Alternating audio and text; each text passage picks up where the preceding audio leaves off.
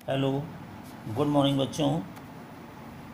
आज हम आपको अवतल दर्पण द्वारा किसी भी वस्तु का प्रतिबिंब कैसे बनाते हैं विभिन्न स्थितियों के लिए, उसको हम बताएंगे। सबसे पहला है, जब वस्तु अनंत पर हो तो प्रतिबिंब कैसे बनेगा। अनंत का मतलब बहुत दूर, ये हमने दिखाया है आपको। ये आपका अवतल दर्पण था, ठीक है। ये अनंत बहुत दूर पर ये वस्तु रखी थी, ये पूरी बड़ी वस्तु यहाँ से बी से ए बी आपकी एक वस्तु, ठीक है। क्या होगा, मुख्य अक्ष के समांतर प्रकाश की किरण जा रही है, इधर से भी गई, दो किरणें हमने फेंकी, कौन सी, मुख्य अक्ष के समांतर। अब जो मुख्य अक्ष के समांतर प्रकाश की किरण होती है अवतल दर्पण से टकराकर फोकस से निकलती है। यही ये वाली किरण का भी यही हाल हुआ, फोकस से निकली। तो ये कहाँ पर काट रही है, फोकस पे काट रही है, तो यहीं पर आपका प्रतिबिंब बन जाएगा। क्योंकि वस्तु बहुत दूर है, इसलिए इसका प्रतिबिंब जो है बिंदु रूप में होगा, पॉइंट में, बहुत छोटा। अगर कोई पेड़ बहुत दूर पर है तो उसका प्रतिबिंब आप अवतल में देखेंगे तो बहुत छोटा सा दिखाई देगा, बिंदु रूप में, ठीक है। तो क्या मतलब है, जब वस्तु अनंत पर रखी हो तो प्रतिबिंब कहाँ बनेगा, फोकस एफ पर बनेगा, ठीक है, बहुत छोटा, बिंदु रूप का, तथा प्रतिबिंब वास्तविक और उल्टा होगा। वास्तविक प्रतिबिंब उल्टे होते हैं, उल्टा बनेगा, बहुत छोटा होगा, वो आपको बहुत छोटा नज़र आएगा, ठीक है। तो ये है अवतल दर्पण के, अगर अनंत पे वस्तु रखी है दूर पे तो प्रतिबिंब कहाँ बनेगा, फोकस पर। कैसा होगा, वास्तविक और उल्टा, बहुत छोटा। अब नंबर 2, जब वस्तु वक्रता केंद्र C व अनंत के बीच रखी हो। अब आप देखिए, ये वक्रता केंद्र C है, ये अनंत है, इसके बीच में एक वस्तु AB रखी है, ठीक है। क्या रखी, वस्तु AB। अब इसमें दो नियम हम खींचेंगे तभी आप प्रतिबिंब बना पाएंगे। पहला देखिए, मुख्य अक्ष के समांतर चलने वाली प्रकाश की किरण फोकस से निकल गई। दूसरी, वक्रता केंद्र C से होकर जाने वाली प्रकाश की किरण टकराकर उसी मार्ग पर लौट आई। तो लौटने वाली किरण ने जहाँ पर कट किया, ठीक है, वहाँ से एक हम लंबवत रेखा खींच देते 90 डिग्री पर, ठीक है। तीर की नोक ऊपर है तो यहाँ पर नीचे की ओर होगी, जहाँ कटान बिंदु है वहाँ पर तीर की नोक होगी, यानी वस्तु सीधी थी, बन गई उल्टी, ठीक है। आप देख रहे हैं वस्तु बड़ी है, प्रतिबिंब छोटा है। तो क्या कहने का मतलब है, जब वस्तु वक्रता केंद्र C और अनंत के बीच रखी जाती है तो उसका प्रतिबिंब फोकस और वक्रता केंद्र के बीच में बनता है, वस्तु से छोटा, वास्तविक और उल्टा, ठीक है। इसको हम नोट्स भी दे देंगे, इसको आप लिख भी लेंगे, बहुत इम्पोर्टेंट है, ये आपको पता होना चाहिए, ठीक है। कोई दिक्कत हो तो पूछ सकते हैं आप। दो नियम बताए। पहला नियम हमने बताया, अगर वस्तु अनंत पे रखी है प्रतिबिंब फोकस पर बनेगा, बिंदु रूप का।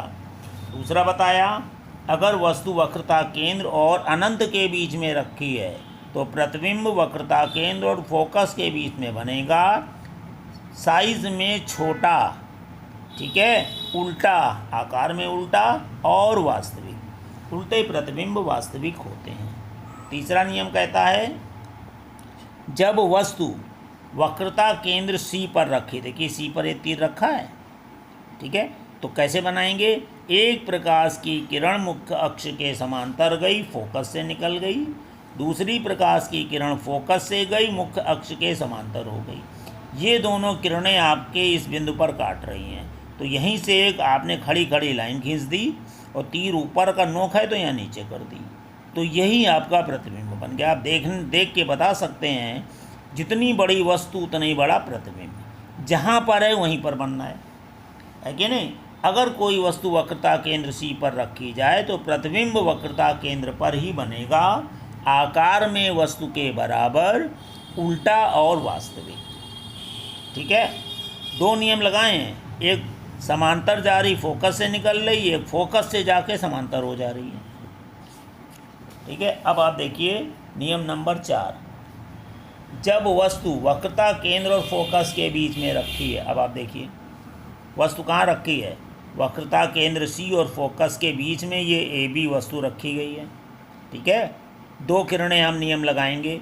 एक तो मुख्य अक्ष के समांतर जाके फोकस से निकल गई और दूसरी फोकस से गई और मुख्य अक्ष के समांतर हो गई।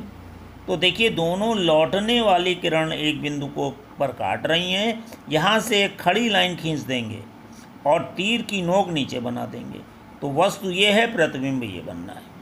ठीक है, अब ये प्रतिबिंब कहाँ बनना है? C और अनंत के बीच में।